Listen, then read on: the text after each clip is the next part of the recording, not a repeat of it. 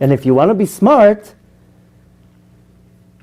again, like I told you, you didn't come here by chance. You were chosen in Shamayim. And when were you chosen? In the most holiest, well, I wouldn't say the most holiest day in the year, but a very powerful and holy day. The day that one of the pillars in our history left the world. It's a Yom Tov. It's a celebration. We know that when a tzaddik leaves the world, it means that he completed his journey in this world. He left a mark in this world. You know, when we celebrate a holiday, why do we celebrate Hanukkah? Because 2,000 years ago, there was a miracle. The Maccabees won the war, there was enough oil, the whole story, you know the whole thing, that's it. Now, up until today, every year, we celebrate Hanukkah. Why? Why do we celebrate Pesach? Why do we celebrate Purim? Because something happened 2,000 years ago. Yeah, it happened 2,000 years ago and we're commemorating the day. But on that specific day, a special godly light, a special power, a special energy came down to the world to shift the reality of the world. And every year it returns back to this world, the same godly light, and by us observing the holiday, we're tapping in to this power. That's why we celebrate the same holiday every year, over and over. Because it's an auspicious time. Same thing, the day of a death of a tzaddik. Of a tzaddik, we don't even say death. We say that a tzaddik leaves the world. Mistalek me'olam, he just leaves the world. Because our sages teach us that tzaddikim gdolim b'mitatam b'chayehem. They say that the tzaddikim are greater in their death than in this life. When a tzaddik leaves this world, he just gets undressed from his body, and now he's even greater because he doesn't have a body. He can do whatever he wants. It says, Rashayim kruim metim b'chayehem. Wicked people are considered dead in their life. But tzaddikim are considered alive in their death. Tzaddikim kruim chayim b'mitatam. A tzaddik is even more powerful once he left the world. The day he left the world is a celebration day. Why do we celebrate Memorial Day? Why do we celebrate Independence Day? You know, in this country comes a celebration, they make a sale. 80% off! You know, when I came first to this country, you know, oh, today is Memorial Day, 80% off. Really? Wow, that's a great day. What happened? I don't know, but we're getting a discount. So the same way that this country, every holiday, they give you discounts, same thing. Every day in the Jewish calendar that is an auspicious time, you get a discount. If you would have to work 100% hard to reach something in a regular day, in this day you do 1%. You tap into this light, to this godly power of the day, and you're getting a free pass, a Memorial Day discount.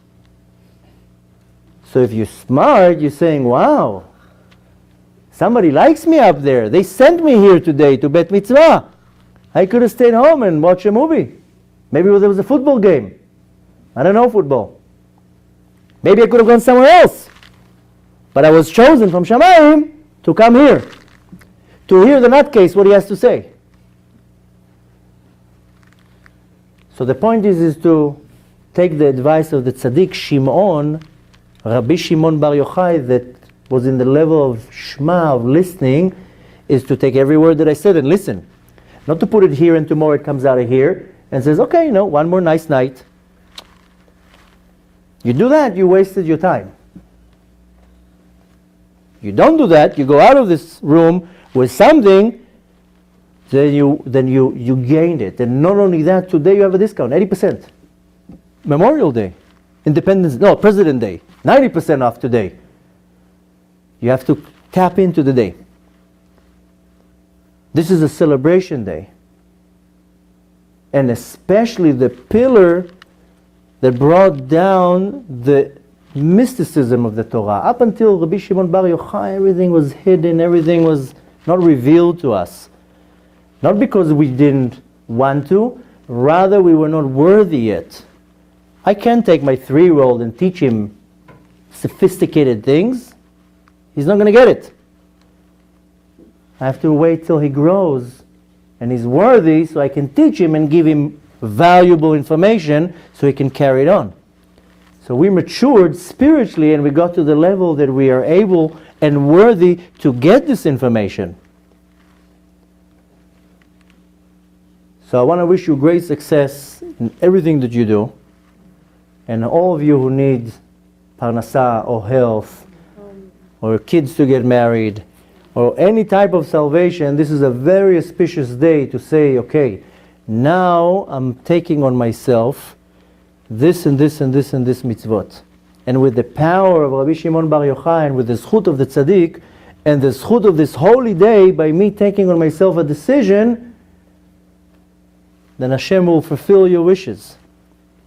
Hashem wants to give you and give you and give you. But there's a deal. I told you, there's a deal in Shamayim. No, I'm not giving anymore for free. You got to work. Don't come and cash in now. We didn't like the deal. We came, I told you the story. The souls, I got interrupted in the story, but the souls came to Hashem and said, we feel real bad that you're just giving and giving and giving. We want to do something. Hashem said, no problem. I'll create a world. I'll put your souls in bodies. I'll give you a bunch of mitzvahs to do. And you'll do the mitzvahs and you'll earn your reward. And the more mitzvot you do in this world, the more greater reward you're going to get in the world to come. And that's it. And if you do something wrong, then I have to give you a little slap in the face. So the souls were like, no, really, we were kidding. But it was too late. Hashem already created the world. So now we have to do. Hashem once ratzah HaKadosh Baruch Hu la'ativ im bruav. Hashem, God, wanted to give a reward to his creatures. לפיכך הרבה להם תורה ומצוות. That's why he gave them many mitzvahs to do and a lot of Torah to learn. And if I don't do that, don't come and complain when you're in Shamayim that you want to go to first class. The angel will tell you, your credit card is not worth anything right now. You can't go up to first class right now. You paid for economy, you stay in economy. And the view in Shamayim is much better than first class. So you have a very special day and a very auspicious time to tap in and to say, okay, when I became religious and I looked at a religious man, I was like, I don't want to be this. Ugh. It's too much.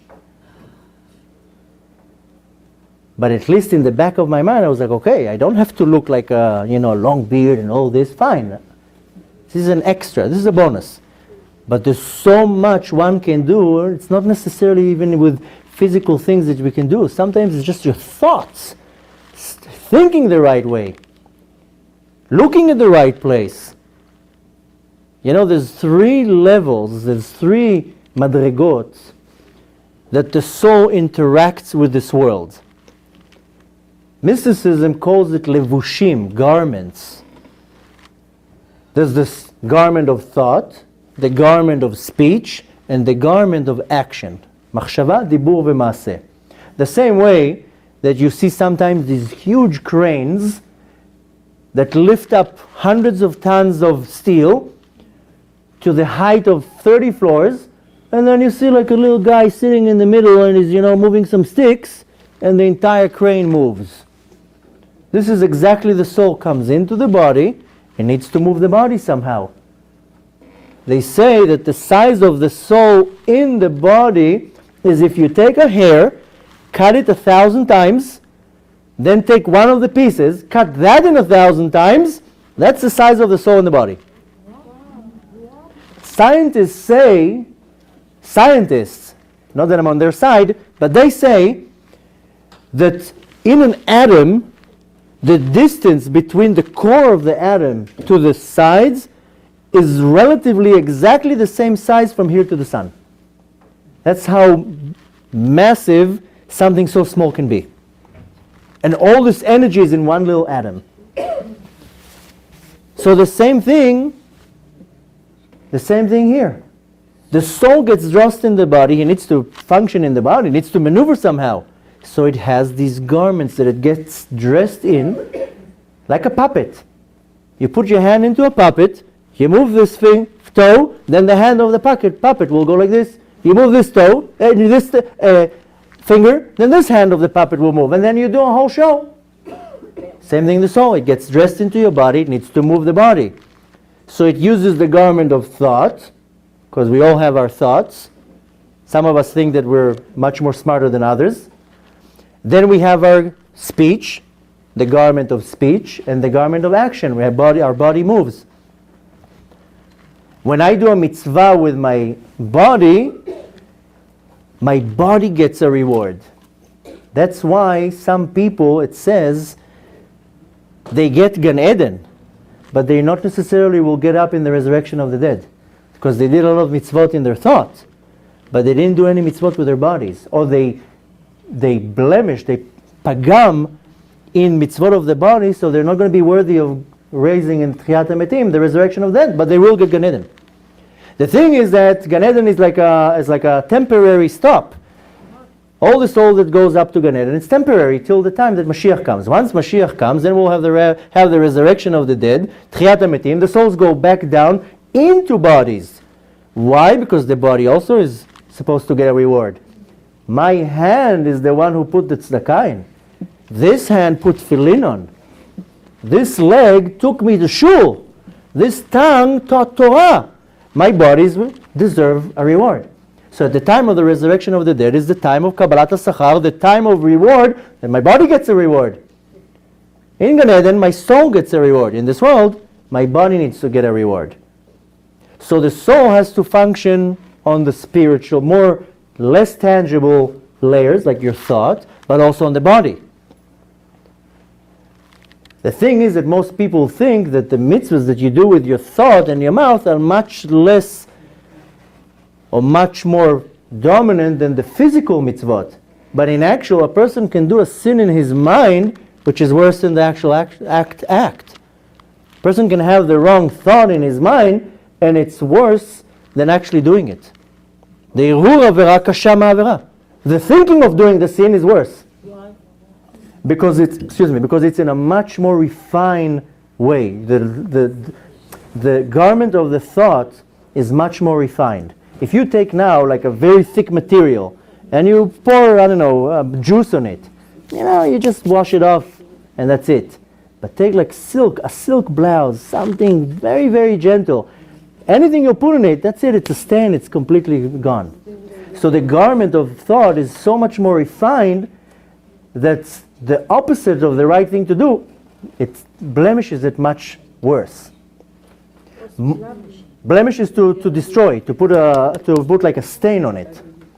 So if you think about doing something wrong, but you don't, you prevent yourself and you said, no, I'm not gonna... No, if you have a thought for 2-3 seconds, something bad, and right away you get a hold of yourself, then that's not a sin. Because the Yetzer Hara will come and put in some bad thoughts in your mind. But let's say a person comes and sees an opportunity to steal, and his mind says, ooh, take it, right now. It's not a sin, because right away he says, no. It's not the right thing to do. I can't take it. I have to be honest.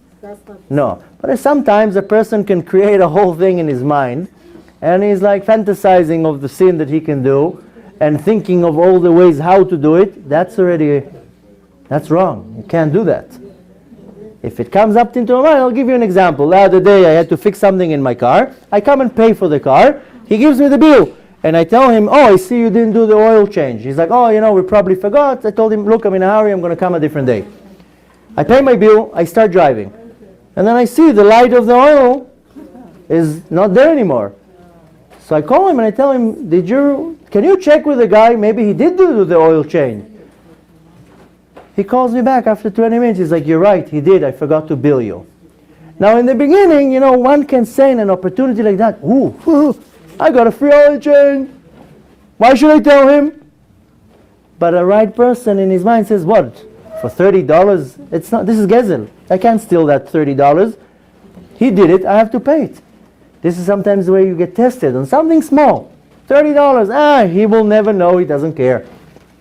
So sometimes your thought will come in your mind and say, no, forget about it. So if a person indulges, why? Yeah, great. That's a great idea. I know. I don't pay it. Then in your mind, the person can create a sin that is worse than the actual act. The advantage in this world is that one can do a tshuva and reverse it. And this is one of the biggest miracles that most people don't take to consideration. We think that, splitting the ocean is a miracle, or other things is a miracle. If you think of the damage one does when he sins, and then he has the opportunity of doing tshuva and correcting it, that's a greater miracle that Hashem put in this world. That I can make a blemish in this world in a spiritual level, and then do tshuva and reverse it. That's a much greater miracle that Hashem gave us. The option, the opportunity of reversing something and doing tshuva.